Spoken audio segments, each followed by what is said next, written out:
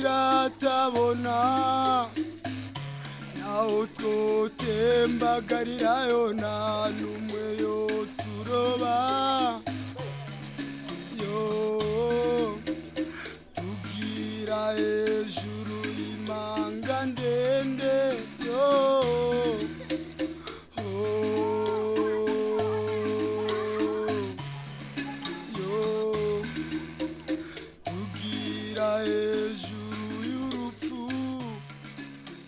On parle de réconciliation, on ne sait pas exactement de quoi on parle et je pense qu'en fonction de qui parle de réconciliation, on a des réalités très différentes. Ce qui ressort, c'est qu'il y a une réconciliation au minima et d'autre part une réconciliation au maxima. Sur cette réconciliation au minima, c'est l'idée d'une coexistence pacifique où les gens, parce que c'est nécessaire, parce qu'il faut continuer à vivre ensemble, parce qu'on est voisins, de toute façon, les gens coexistent. Cette réconciliation, c'est plutôt la paix ou l'absence d'attaque physique. À l'opposé, il y a aussi un certain nombre de pratiques qu'on a pu recenser, où les gens ont engagé un pardon, où victimes et auteurs se mettent face à face, acceptent ce qui s'est passé et s'offrent des réparations, font des levées de deuil ensemble et réconcilient de manière symbolique cette relation. Les contraintes à la réconciliation, c'est la persistance des ghettos, le fait qu'il y a encore beaucoup de gens qui vivent en refuge, des gens qui vivent dans les camps déplacés. Cette persistance des ghettos crée des tensions et des craintes des communautés qui sont dominées par l'un ou l'autre groupe ethnique et les relations sont limitées. Le deuxième aspect, qui est lié à cet aspect-là, c'est la persistance des violences physiques, politiques, économiques et sociales. Et on a vu par rapport à cette question de persistance des rapports de force que ça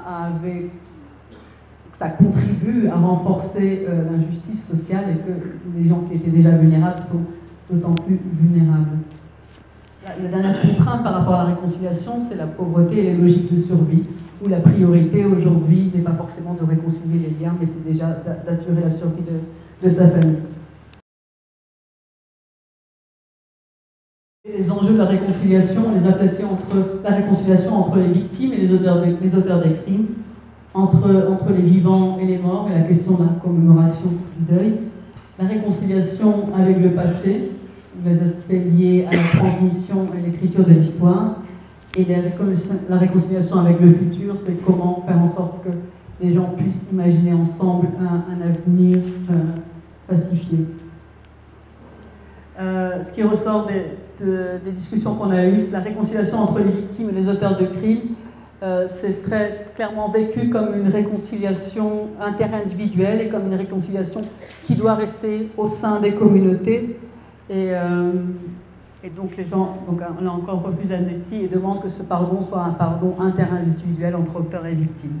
La réconciliation entre les vivants et les morts, les gens mettent en avant l'importance du deuil et de dire qu'aujourd'hui, ils savent encore, ou en tout cas, c'est complexe de vivre dans un milieu où leurs proches sont enterrés et ils ne savent pas où ils sont et que tant que les cérémonies de deuil n'auront pas eu lieu, c'est comme si ces personnes étaient encore dans la communauté.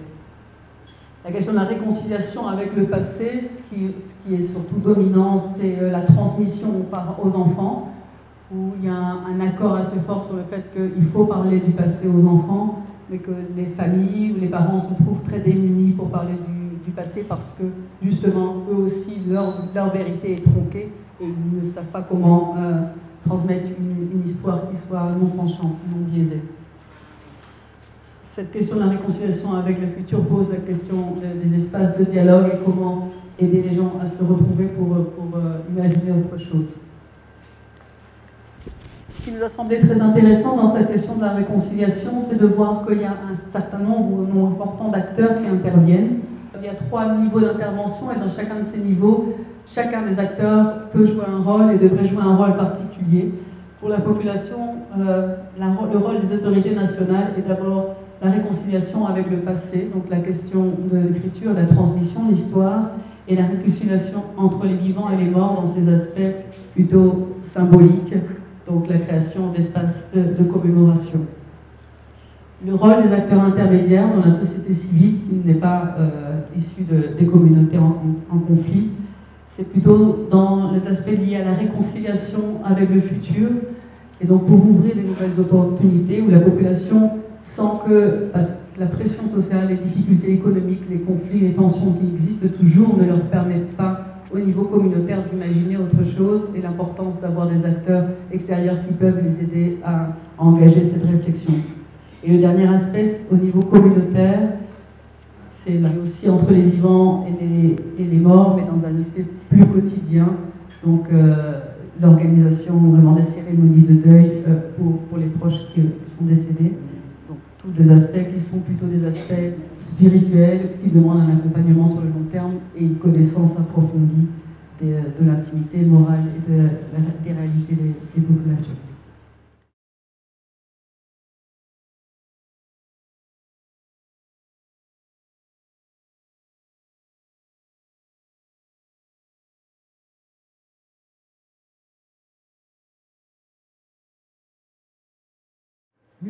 Alors, qui avait vu le jour en 1996, a connu son modèle de comité de paix, qui est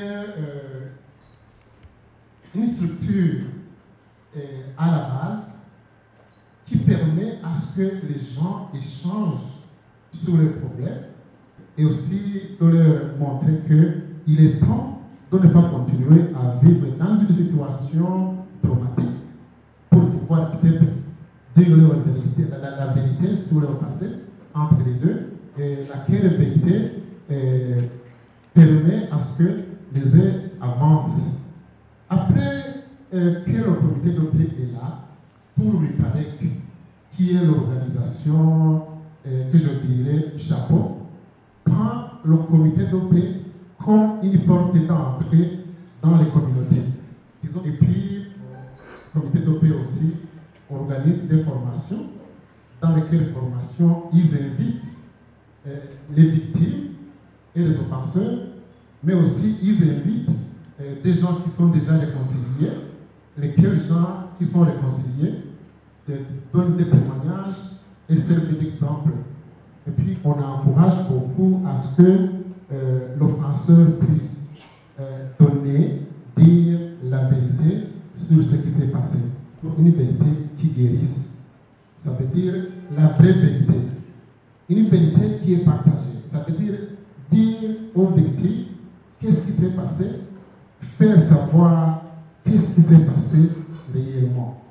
Et on a vu qu'une fois que les victimes reçoivent la vraie vérité, on les voit vraiment prêts à adhérer.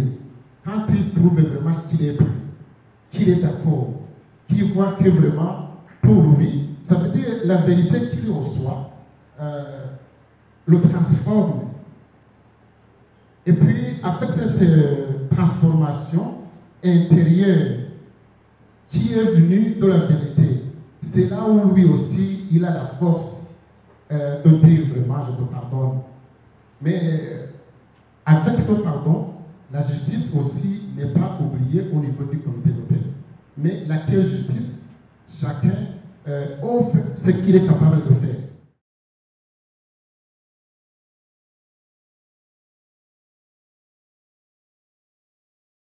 Les 6 membres du comité de paix qui vivaient au camp de déplacés, une fois qu'ils avaient des informations que les militaires organisaient une attaque dans les montagnes, ils informaient les 6 autres pour leur dire, mes chers amis, oh, c'est pas clair, paraît-il qu'il y a une attaque tel jour.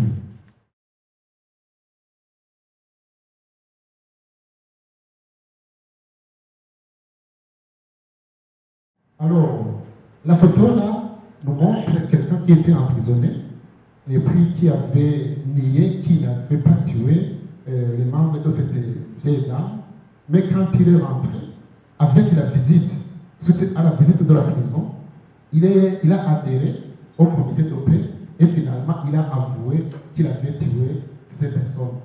Et puis, la dame a donné pardon à cet homme. Et puis, c'est en 2008 que finalement, leurs enfants se sont mariés.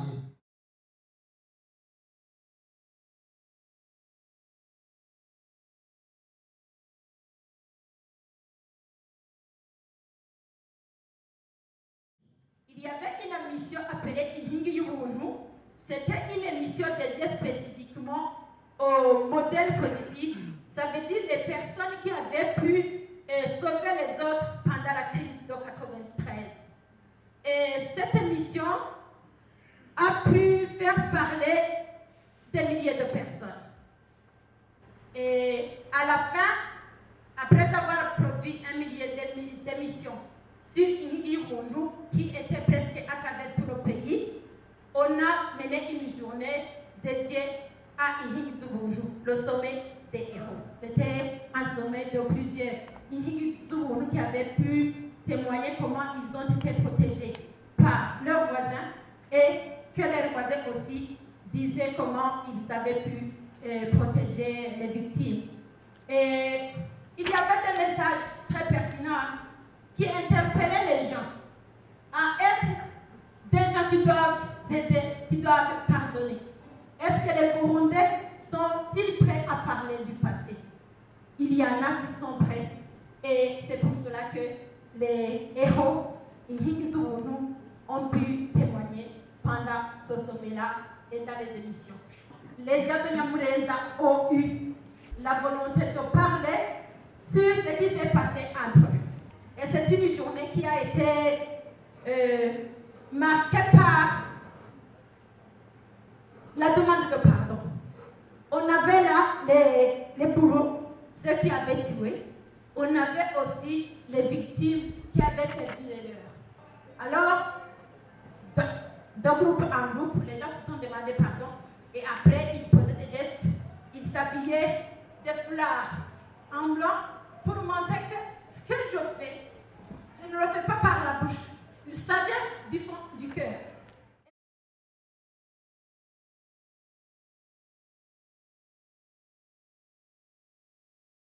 Alors, au premier niveau de ma présentation, ce sont les rencontres des jeunes, ce que nous appelons des forats de jeunes, depuis l'année 2002.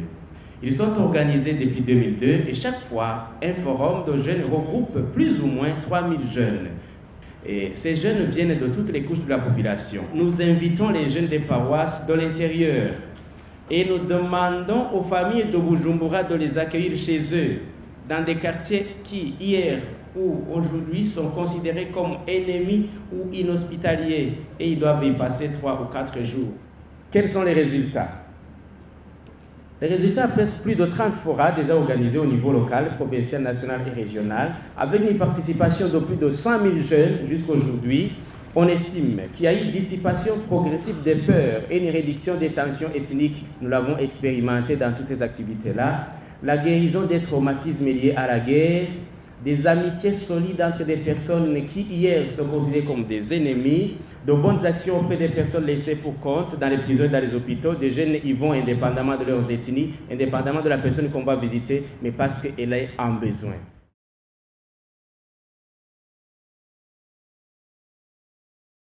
Nous avons la commission Justice de Ruyigi qui a entrepris, elle, une action visant à conscientiser la population par rapport aux mécanismes de justice et de transition.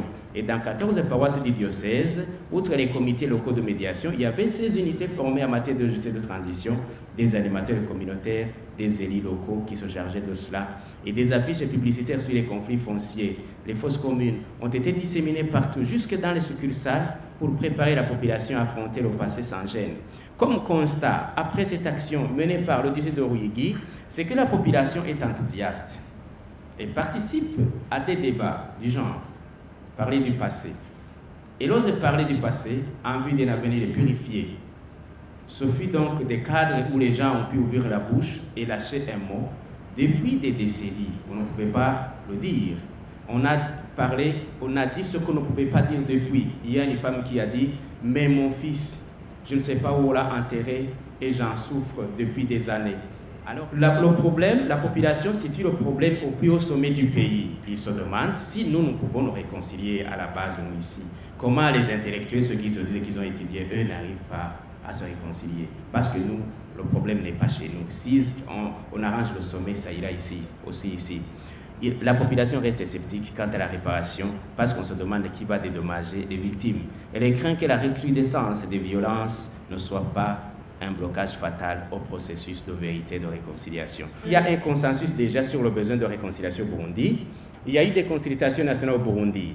Dans une commune, on me dit, monsieur l'abbé, ne faites pas comme les autres, parce qu'ils ont sélectionné des gens ici, ils leur ont posé des questions, nous ne savons pas quelles questions, et ils sont partis dire que c'est nous qui avons parlé. Tout le monde doit parler. On n'a pas parlé, on n'a pas dit ce qu'on pense. Donnez-nous la chance, chacun de dire ce qu'il pense.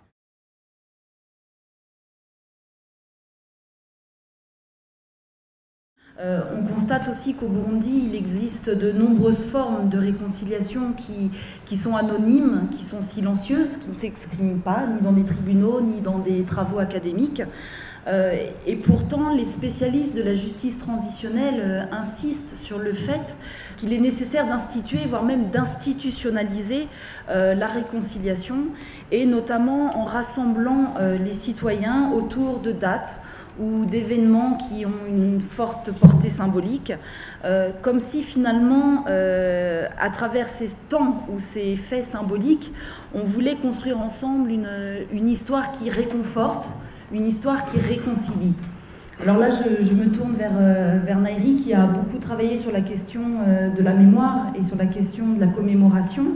Et d'après votre expérience, quel rôle doit jouer la mémorialisation dans ce processus de justice transitionnelle?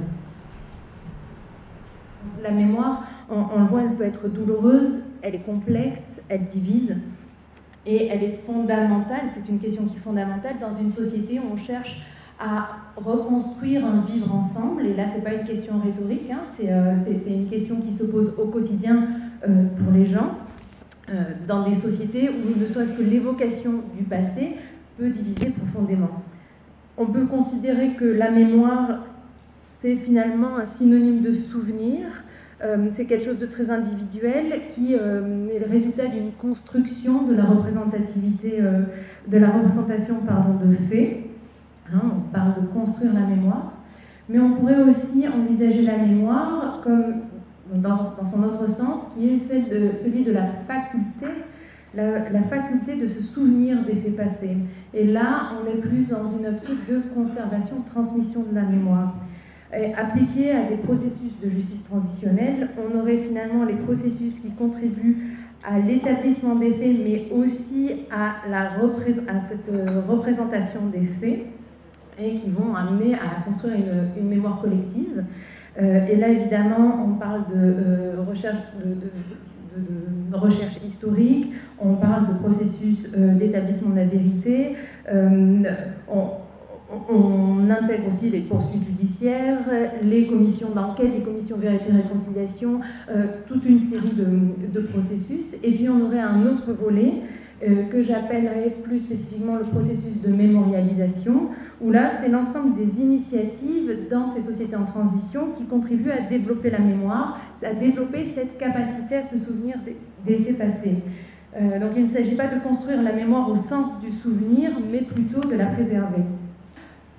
Dans le cas de sociétés en transition, où on observe donc des mécanismes de justice transitionnelle, la mémorialisation, ça a été développé essentiellement dans le cadre des recommandations de la CDR, et notamment quand les commissions vérité et réconciliation ont été amenées à développer la notion de réparation symbolique. On a été amené à développer d'autres formes, des formes alternatives de réparation, avec des mesures symboliques individuelles, comme des lettres d'excuses personnelles, des copies du rapport des commissions vérité et réconciliation, des enterrements convenables de chaque victime, ou des mesures symboliques collectives, actes publics de réparation, jours commémoratifs, etc. Aujourd'hui, on observe une variété des formes de mémorialisation. Alors, ces formes-là peuvent être institutionnelles ou pas, permanentes ou temporaires. On a des formes qui sont commémoratives. Donc, il s'agit pour l'État, mais pas seulement pour l'État, mais de créer une politique de commémoration par le biais de lieux de commémoration, comme des monuments, des mémoriaux, des plaques commémoratives, changer la dénomination des rues. Mais il peut s'agir aussi de temps de commémoration, comme l'identification de jours de commémoration précis. Et puis on pourrait aussi intégrer dans ces formes de mémorialisation tout ce qui relève en fait du sort des dépouilles mortelles. On a évidemment la protection des fosses communes, par exemple la protection et l'identification des fosses communes, qui est un élément qui peut être un élément important dans la mémorialisation. Mais aussi, on peut penser à l'exhumation et à l'enterrement et aux pierres tombales qui peuvent ensuite être construites. Donc, les risques de ce processus de mémorialisation, alors il y en a beaucoup, c'est ressorti évidemment du rapport de RCN. La mémorialisation ne sert pas forcément à la reconnaissance du passé, ça peut être une forme de manipulation de la mémoire, un refus du passé. On peut se poser la question, cette mémorialisation, cette mémoire est-elle partagée ou imposée? Mais là, ça renvoie peut-être à l'importance de la diversité des initiatives et de la diversité des acteurs impliqués dans ces processus. Est-ce que la mémoire est inclusive ou est-ce qu'elle est divisionniste? Donc ce processus-là peut relancer des tensions, comme on le disait, des fractures au sein de la société, dans cet effort de mémorialisation, entraîner des frustrations de certaines catégories de victimes. Et puis il y a une tension toujours entre impunité, où les liens entre justice et mémorialisation sont toujours très forts, parce que souvent la mémorialisation donc reconnaît le statut des victimes, mais amène une autre interrogation, c'est qui sont les responsables. Mais il y a un intérêt de distancier la mémorialisation du processus CVR, parce que comme on l'a vu, comme on le voit, ça n'est pas l'unique, la CVR n'est pas l'unique moyen de création de la mémoire. Et puis, si la mémorialisation elle est considérée uniquement comme une sous-catégorie de réparation, elle peut être perçue comme non essentielle, mais aussi plus délicat, elle peut être considérée comme un moyen de contourner des réparations financières ou une restitution des terres.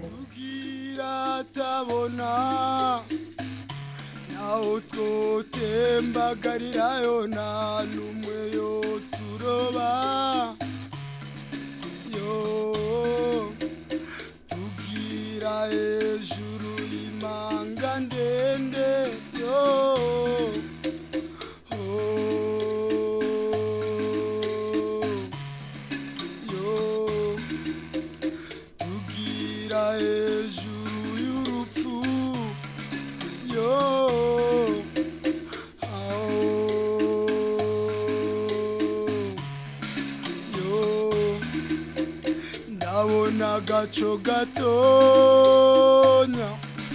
kari mu gifungu ndabona gacho gatonya kari mu gifungu ndumva ijwi ry'utwo tunyoni turi hakurya y'ibiyaga turiko turaduhamagara turirimba tuvuga ati soza mugani yo turi uzobinuma zo kumisiyo hose turirimba tuvuga ati